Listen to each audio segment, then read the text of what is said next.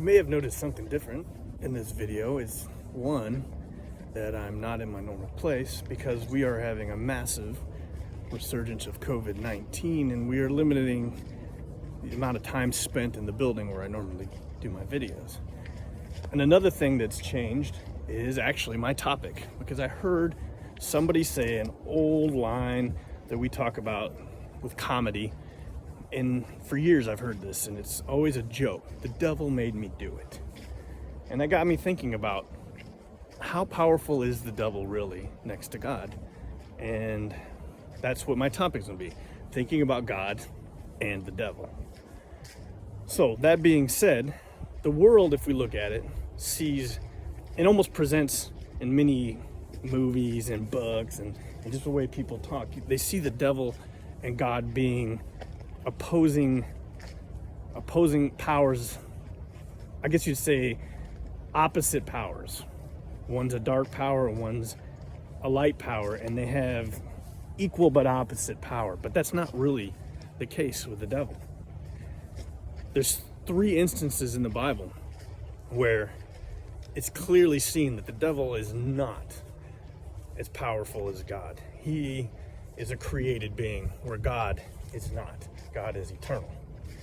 And the first instance is a story that many people don't know a whole lot about the Bible, is the first sin, when Adam and Eve sinned and they were tricked by the devil and God cursed the devil.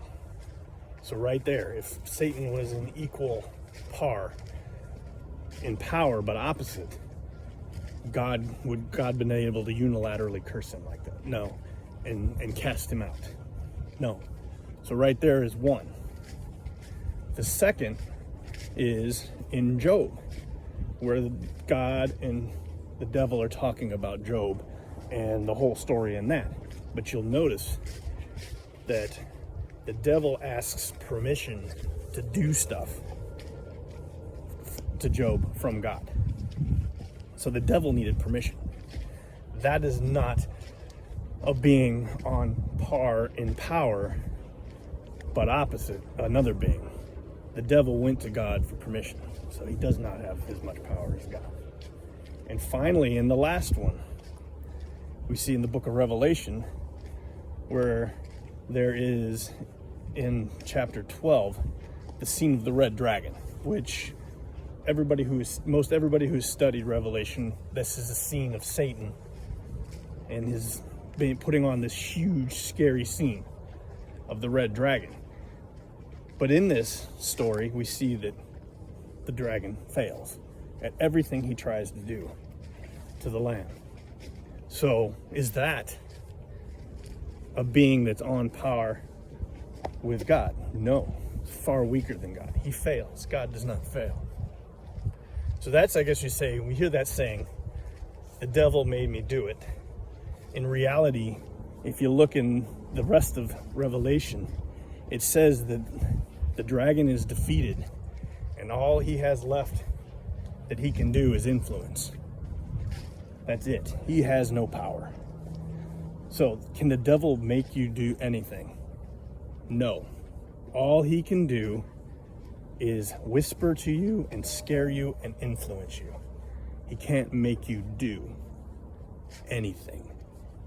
The only thing he can make you, the only thing you can do for the devil is what you let him do.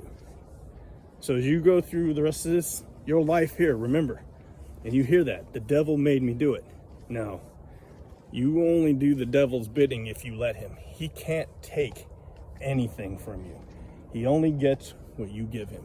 He is a defeated enemy of God, and his only power is influence and fear. That is it. So just think about it. God and the devil.